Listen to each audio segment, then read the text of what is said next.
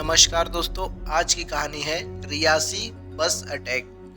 दिल्ली का रहने वाला एक लड़का जिसकी उम्र लगभग 21 साल के आसपास होती है, जिसका नाम सौरभ गुप्ता होता है, वो अपनी पत्नी से कहता है, इस बार गर्मियों की छुट्टी में हम लोग वैष्णो देवी के दर्शन करने जरूर जाएंगे। और ये बात उसकी पत्नी ने जैसे ही सुनी, वो बहुत ही ज़्यादा खुश हो जाती है। और एक समय ऐसा भी आता है जब वो दोनों पति और पत्नी वैष्णो देवी के दर्शन करने के लिए निकल जाते हैं, लेकिन शायद वो नहीं जानते थे कि आज उनके जिंदगी का ये आखिरी सफर या आखिरी दिन भी हो सकता है। और जाते जाते यहीं पे दरअसल वहाँ पे आतंकवादी हमला हो जाता है और सौरभ गुप्ता की मौके पर ही मौत हो जाती है। लेकिन उसकी पत्नी जिंदगी और मौत की जंग लड़ रही है।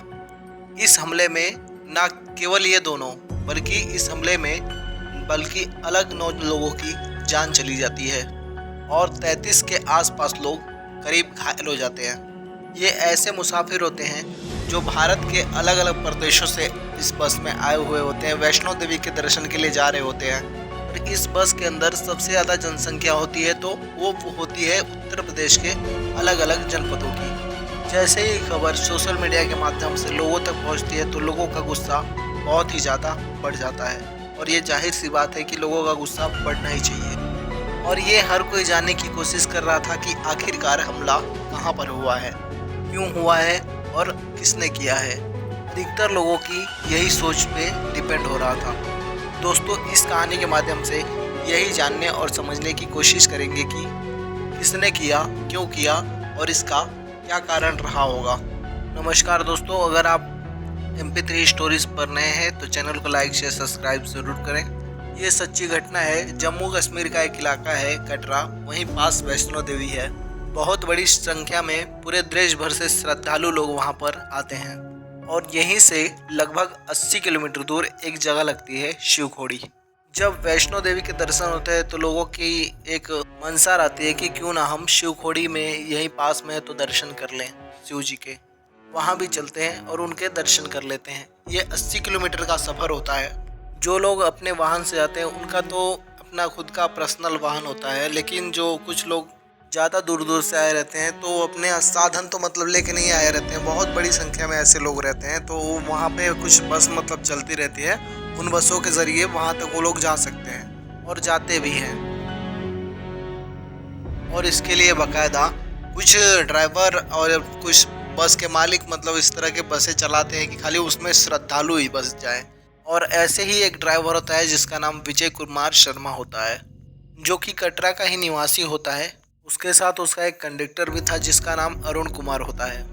उनकी अपनी पर्सनल बस होती है जिसका नंबर होता है JK02AE3485। उनकी गाड़ी होती है। उस गाड़ी के अंदर 53 लोग आराम से बैठ सकते हैं, जिसको हम लोग बोल भी सकते हैं कि 53 सीटर की गाड़ी है।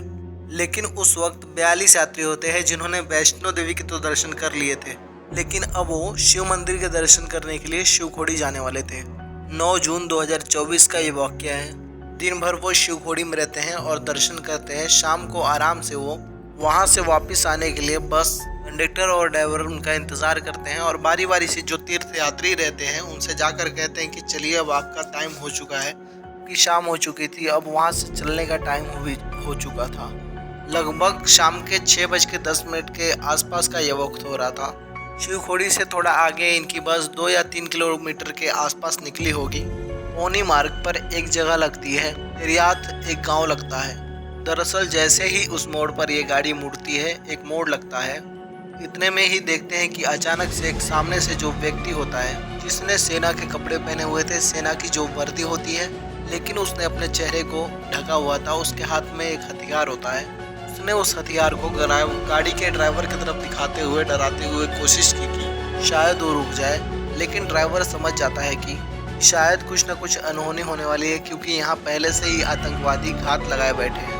और उसी में का एक आतंकवादी निकलकर सड़क के बिल्कुल बीचों बीच आ जाता है और वो बस को देखते ही विजय कुमार की तरफ बंदूक दिखाने की कोशिश कर रहा था, ताकि उस बस चालक को डराया जा सके, धमकाया जा सके। शायद आतंकवादियों की बस को रोकने की प्लानिंग हुई होगी, लेकिन विजय कुमार ने बिना डरे बिना हिचके गाड़ी को वहां से तेज निकालने की कोशिश की क्योंकि उसके ऊपर लगभग 42 तीर्थयात्रियों की जिम्मेदारी थी। वो चाहता था कि यहाँ पर जितने भी बस में 42 यात्री है यह सकुशल अपने घर जा सके। उसने जैसे ही बस को भगाने की कोशिश की तो आतंकवादी ने सबसे पहला निशाना उस विजय कुमार कुशवाहा को लगाया। जब विजय कुमार ने बस को भगाने की कोशिश की तो सबसे पहले आतंकवादियों ने विजय कुमार शर्मा को सबसे पहले अपना निशाना बनाया। जैसे ही आतंकवादी फायर करता है तो विजय कुमार के सर के उधर से गोली निकल जाती है और एक गोली उसके सर में लग जाती है। उसने अपनी तरफ से पूरी कोशिश की कि यहाँ से बस निकल जाए, हो सकता है यहाँ पर और भी ज़्यादा आतंकवादी हो। अगर ज़्यादा आतंकवादी हो सकते हैं तो ज़्यादा यात्रियों को नुकसान भी पहुँचा सकते हैं। विजय कुमार ने सूझबूझ से काम लेने की कोशिश की, लेकिन करता तो क्या करता, क्योंकि गोली उसको लग चुकी थी और गाड़ी का बैलेंस जो था वो अनियंत्रित हो जाता है। अनियंत्रित होने के बाद मुश्किल से उससे गाड़ी 100 या 200 किलोमीटर या फिर इससे थोड़ी बहुत आगे बढ़ी होगी और विजय कुमार उस गाड़ी को लेकर खाई में गिर जाता है। और जो वो गाड़ी खाई की तरफ जा रही थी तो खाई के वो लुढ़कते लुढ़कते कम से कम 7-8 बार उसने गाड़ी ने पलटी मारी। जैसे ही गाड़ी जाकर नीचे अटक जाती है तो इन मुसाफिरों को कुछ समझ नहीं आ रहा था कि आखिरकार हुआ क्या है आगे। कैसे क्या गाड़ी खाई में पलट गई, कैसे गाड़ी का डिस्बैलेंस हो गया, ये कुछ भी मुसाफिरों को समझ में नहीं आ रहा था। सामने से किसी किसी को वो व्यक्ति दिखाई देता है क्योंकि उसने चेहरे पर काले रंग का कपड़ा लपेटा हुआ था, लेकिन नीचे जो उसने वर्दी पहनी हुई थी उसे देखकर साफ अंदाजा लगाया जा रहा था कि सेना की वर्दी है। और जैसे ही गाड़ी आगे बढ़ रही थी तब अभी तक तो कुछ श्रद्धालु भजन कीर्तन गा रहे थे, अभी तक तो कुछ श्रद्धालु जयकारे लगा रहे थे, आपस में बातचीत कर रहे थे और दिन भर की जो बातचीत थी